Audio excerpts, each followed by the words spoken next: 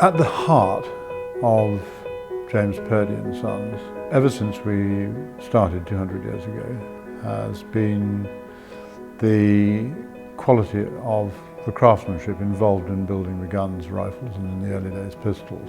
It was James Purdey's whole ambition to build the very best. He developed over his lifetime, and he died in 1864, the Purdey way, which was the way Purdey did things, which was uncompromising, with the focus absolutely on quality and doing it right.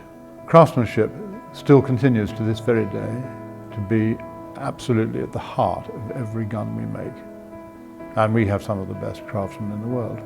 When James Purdey completed a 7-year apprenticeship in 1805, the year of Trafalgar, he got a job with Joseph Manton, who was, I think by all accounts, the best quality gun maker at the time in London. After 5 years with Manton, he left to work with the Reverend Dr. Alexander Forsyth. And Dr. Forsyth's principal claim to fame was to be for the invention of the percussion cap. So James Purdey had very much been Forsyth's right-hand man at that important period of research.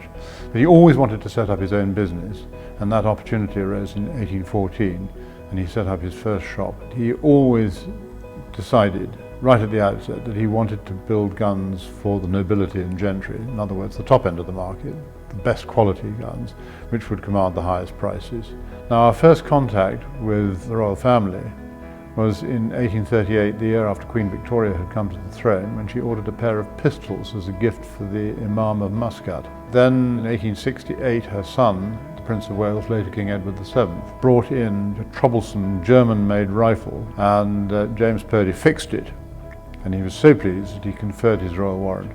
The whole ethos of the development of the sporting gun in the 19th century was to do with making them work more efficiently and faster. Those who were lucky enough to be able to afford to buy a Purdey and shoot with a Purdey would always say how wonderfully well it worked. I mean, when we launched the Hammer Ejector gun in 1880, one of its unique selling points was the fact that it had an assisted opening action, invented and designed by Frederick Beasley, who was one of our actioners.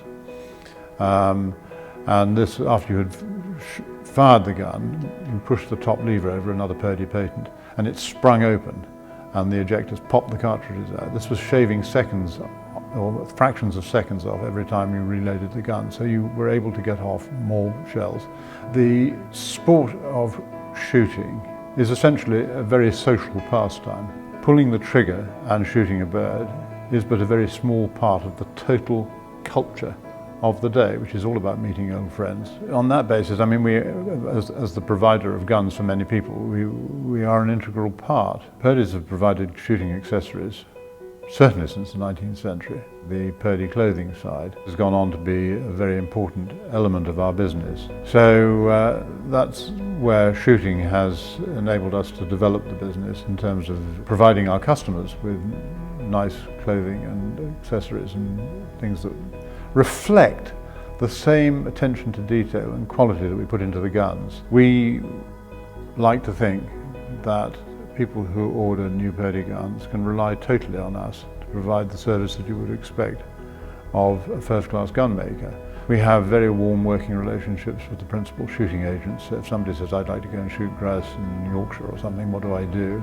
It doesn't happen very often, this, by the way, because most people know perfectly well what to do, but we can advise. We have been operating the Purdey Awards for Game and Conservation since 1999, and the purpose of this is to give reward and recognition to people who work long, hard hours in developing habitats for improving their shoots, but also in the process do a huge amount of good for the management of the countryside in new tree plantings, hedge plantings, and so on and so forth. It's been one of the most worthwhile things I've ever done, because I thought what a wonderful way to put something back into the sport, which has enabled our business to flourish over 200 years.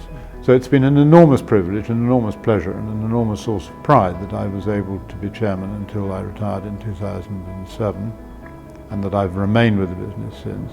I think we have to say that we're very fortunate in having a team dedicated to Purdey quality, and our whole mission statement belief in giving the best possible service to our customers.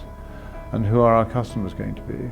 Well, the world is our oyster. So I believe there are all sorts of new opportunities in the new world and beyond.